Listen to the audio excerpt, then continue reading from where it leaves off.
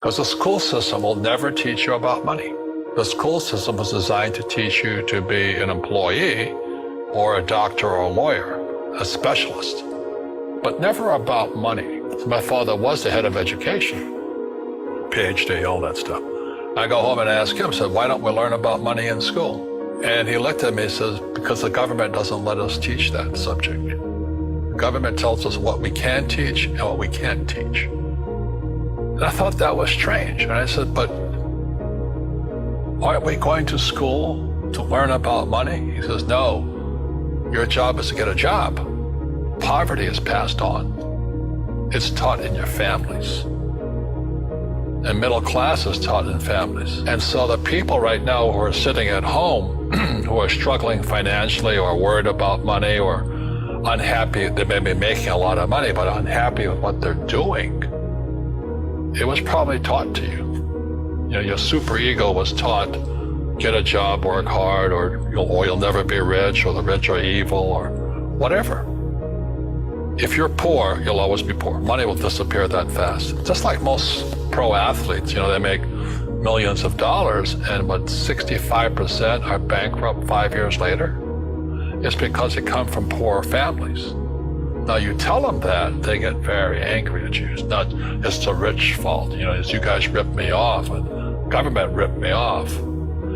But unfortunately, what Mr. Lipton was saying, it's passed down genetically. The moment I pay you, you think like an employee. Entrepreneurs work for free. You see, people say, well, why don't you give the poor money?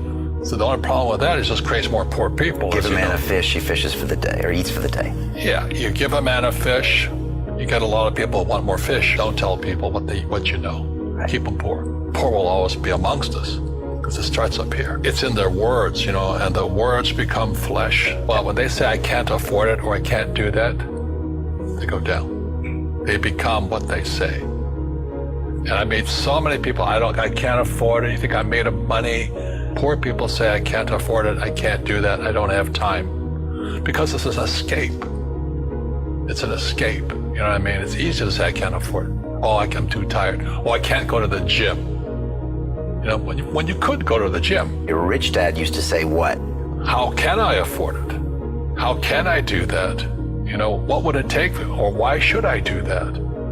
He says that a question opens the mind, a statement closes the mind. See, when you say, I can't afford it, your mind shuts down, and you become what you say. We all have fear. To be truthful, we all have fear. It's just how you deal with it.